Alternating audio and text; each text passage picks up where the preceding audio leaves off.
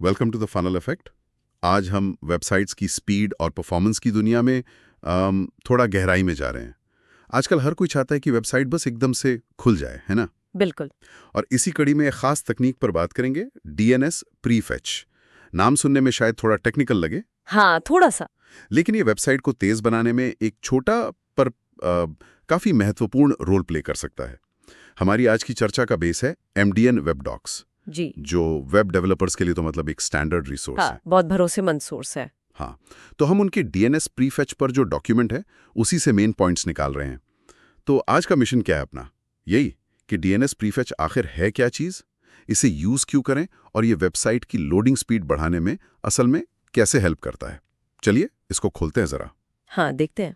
सच में ये सोचना इंटरेस्टिंग है कि वेब परफॉर्मेंस में एक छोटी सी लाइन कोड की यूज़र एक्सपीरियंस पर इतना बड़ा इम्पैक्ट डाल सकती है। बिल्कुल, छोटी छोटी चीजें मैटर करती हैं। तो चलिए शुरू करते हैं एकदम बेसिक से।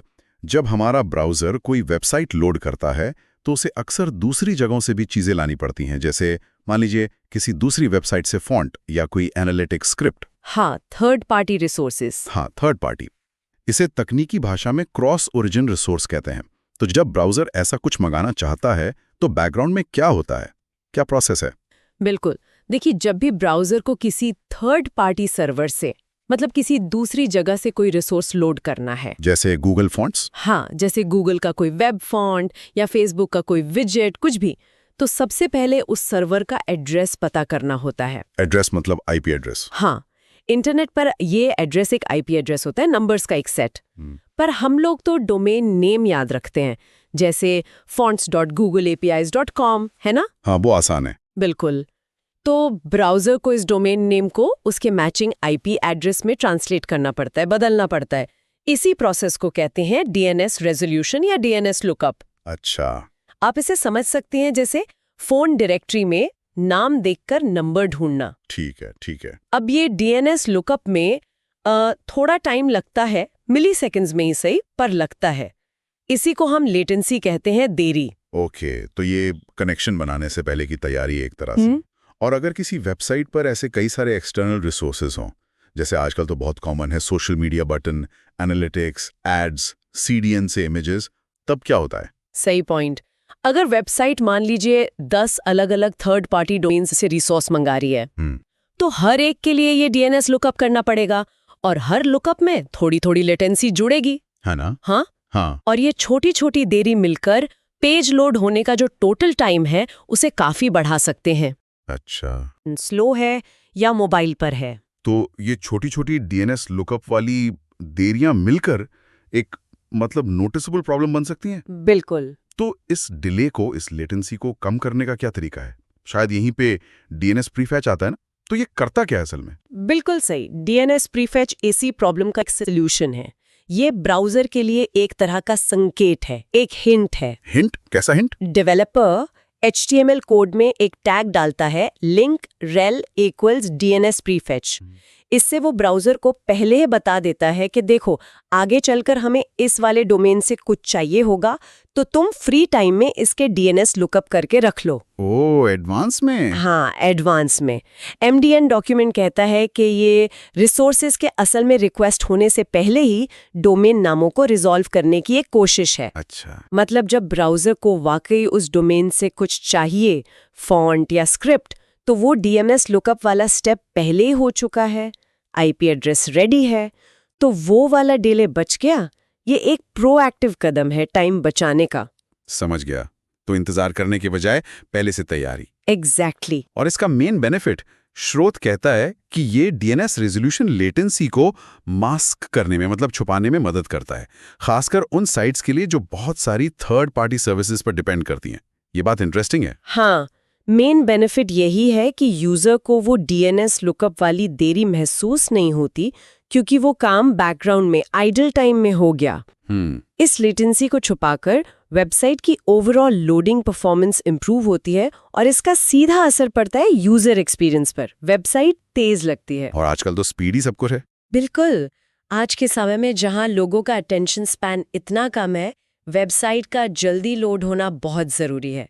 अगर वेबसाइट स्लो है तो यूजर इरिटेट होकर बंद कर सकता है, बाउंस रेट बढ़ जाता है। सही बात। एक तेज वेबसाइट यूजर को एंगेज्ड रखती है और उनके वापस आने के चांसेस भी बढ़ाती है। तो ये परफॉर्मेंस का फायदा सिर्फ टेक्निकल नहीं है, ये बिजनेस के लिए भी बहुत जरूरी है। ये तो बहुत इंपॉर्टेंट पॉइंट है। अच्छा, तो अगर किसी डेवलपर को इसे अपनी वेबसाइट पे यूज करना है तो ये होता कैसे है? सोर्स में लिंक टैग का जिक्र था, उसको थोड़ा और एक्सप्लेन करेंगी? हाँ, इसे इम्प्लीमेंट करना काफी सिंपल है। सबसे कॉमन तरीका है HTML डॉक्यूमेंट के हेड सेक्शन में एक लिंक एलिमेंट ऐड करना। हेड में, ठीक है। हाँ, इसका सिंटैक्स कुछ ऐसा होता है: link rel equals to DNS prefetch, href equals to https://fonts.google.com।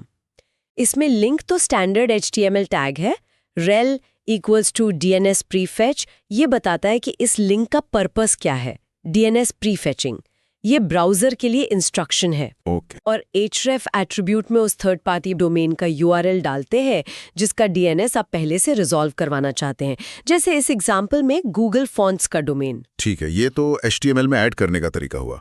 क्या कोई और मेथड भी है? मान लीजिए कोई सीधे HTML एडिट नहीं कर सकता। हाँ, एक और तरीका है सर्वर साइड कॉन्फ़िगरेशन से।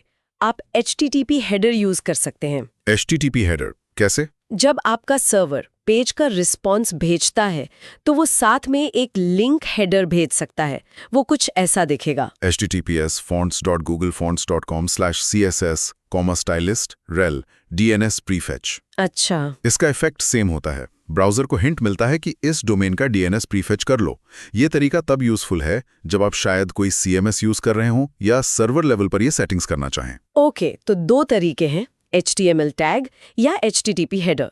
अब MDN डॉक्स में कुछ बेस्ट प्रैक्टिसेस की भी बात थी, क्या उन पर भी थोड़ी बात करें?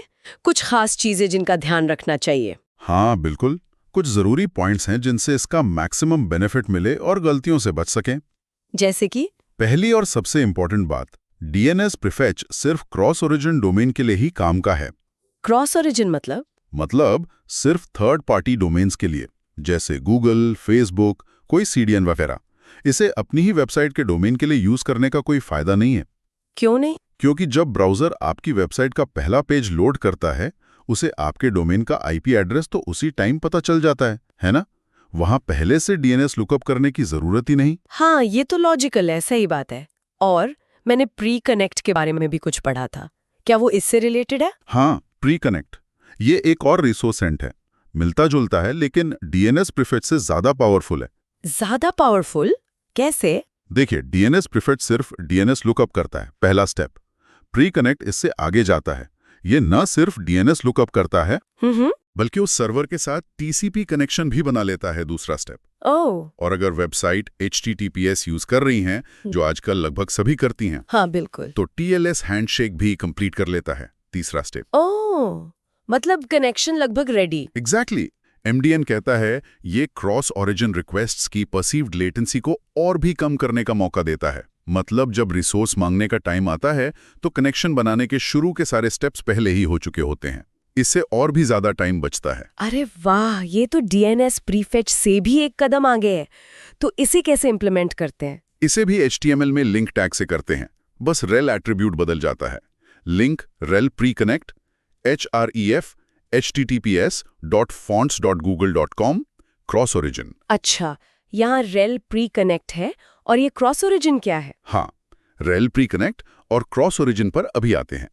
इसे भी HTTP हेडर से भेज सकते हैं। Link https://example.com rel प्रीकनेक्ट। तो अगर प्री कनेक्ट ज्यादा फायदेमंद है तो क्या हमें हर थर्ड पार्टी डोमेन के लिए प्री कनेक्ट ही यूज करना चाहिए?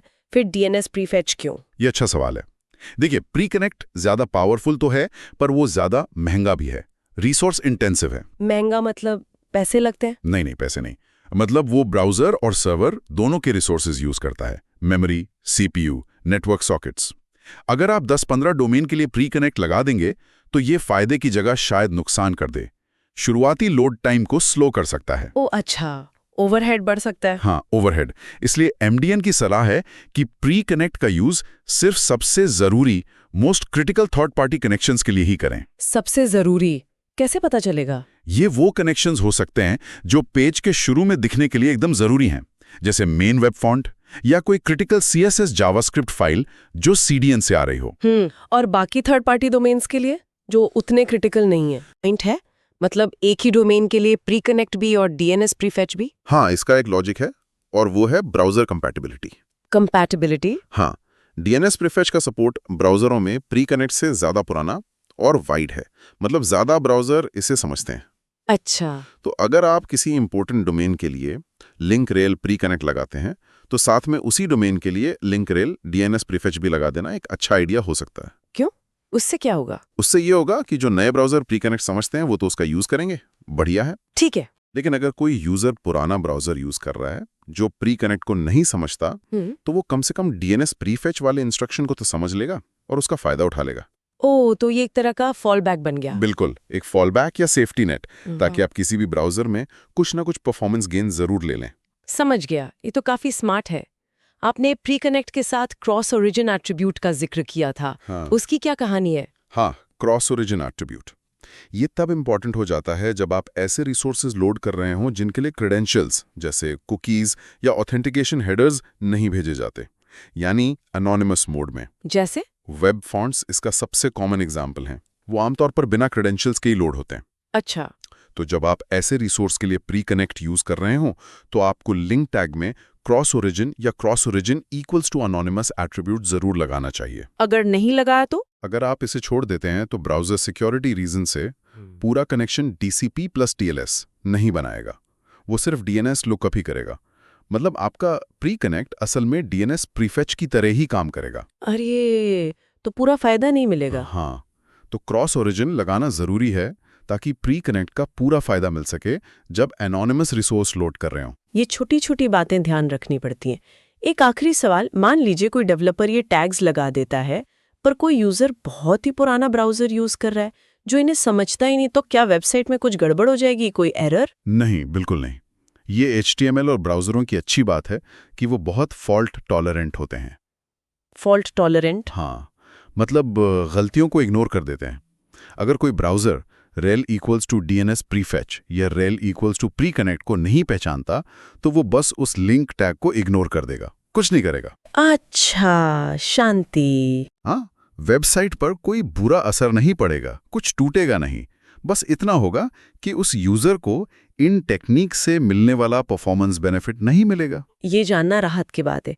तो अगर हम इसे सम अप करें तो किसी भी डेवलपर या वेबसाइट मैनेजर के लिए, खासकर अगर उनकी साइट बाहरी स्रोतों पर काफी निर्भर करती है, जैसे आजकल ज्यादातर करती हैं। हाँ, जैसे web fonts, analytics, ads, CDN से इमेजेस, स्क्रिप्ट्स, तो उनके लिए डीएनएस प्रीफेच और प्री कनेक्ट लोड टाइम कम करने के काफी आसान और इफेक्टिव तरीके लगते। बिल्कुल, ये वेब परफॉर्मेंस ऑप्टिमाइजेशन की जो बड़ी पजल है उसके छोटे लेकिन इंपॉर्टेंट पीस हैं। आप उन छोटी छोटी लेटेंसीज को टारगेट करते हैं जो मिलकर यूजर के एक्सपीरियंस पर बड़ा फर्क डाल सकती हैं, खासकर मोबाइल पर। हाँ, खासकर मोबाइल डिवाइसेस या स्लो नेटवर्क पर। अगर हम इसे बड़ी पिक्चर में देखें तो ये सब मिलकर एक स्मूथ, फास्ट और ज्यादा सेटिस्फाइंग यूजर एक्सपीरियंस बनाने में हेल्प करता है। और जैसा हमने पहले कहा, एक तेज वेबसाइट सिर्फ यूजर्स को खुश नहीं रखती, बल्कि अक्सर बेहतर SEO रैंकिंग और बिजनेस गोल्स जैसे कन्वर्जन रेट्स में भी हेल्प करती है। तो डीएनएस प्रीफेच और प्री कनेक्ट डेवलपर्स के टूलकिट में बहुत काम के औजार हैं। सही जगह यूज करने से काफी फायदा हो सकता है। बहुत बढ़िया। तो संक्षेप में यही है कि डीएनएस प्रीफेच और उससे जुड़ा प्री कनेक्ट वेब डेवलपर्स के लिए थर्ड पार्टी रिसोर्सेज लोड करने में जो टाइम लगता है, जो लेटेंसी होती है, उसे कम करने के लिए बहुत वैल्यूएबल टेक्निक्स हैं। जी, ये ब्राउजर को एडवांस में हिंट देकर या तो डीएनएस लुकअप जल्दी करने या पूरा कनेक्शन ही पहले से रेडी रखने में मदद करते हैं, जिससे एंड यूजर को वेबसाइट ज्यादा तेज महसूस होती है। हाँ, और ये सब हमें एक इंटरेस्टिंग सवाल पर लाता है। MDN कहता है कि प्री कनेक्ट सिर्फ सबसे जरूरी कनेक्शन के लिए यूज करें, पर सवाल यह है कि कोई डेवलपर ये कैसे तय करे कि कौन से कनेक्शन उसकी वेबसाइट के लिए सबसे जरूरी हैं? ये अच्छा सवाल है। और किन के लिए सिर्फ डीएनएस प्रीफेच काफी है? इसका जवाब शायद हर वेबसाइट के लिए अलग होगा, है ना? हाँ, कॉन्टेक्स्ट पे डिपेंड करेगा। बिल्कुल, ये वेबसाइट के आर्किटेक्चर पर, यूजर जर्नी पर और कौन से थर्ड पार्टी रिसोर्स पेज के विजिबल होने या फंक्शन करने के लिए क्रिटिकल हैं, इस पर निर्भर करेगा। तो शायद कुछ एनालिसिस करना पड़ेगा। हाँ, शायद ब्राउजर के डेवलपर टूल्स में नेटवर्क टैब को एनालाइज करके या लाइटहाउस जैसे परफॉर्मेंस ऑडिट टूल्स यूज करके पता लगाया जा सकता है कि कौन से थर्ड पार्टी कनेक्शन सबसे ज्यादा डिले कॉज कर रहे हैं। ये निश्चित रूप से आगे एक्सपेरिमेंट करने और सीखने के लिए एक दिलचस्प एरिया है। बिल्कुल। Thank you for watching the funnel effect.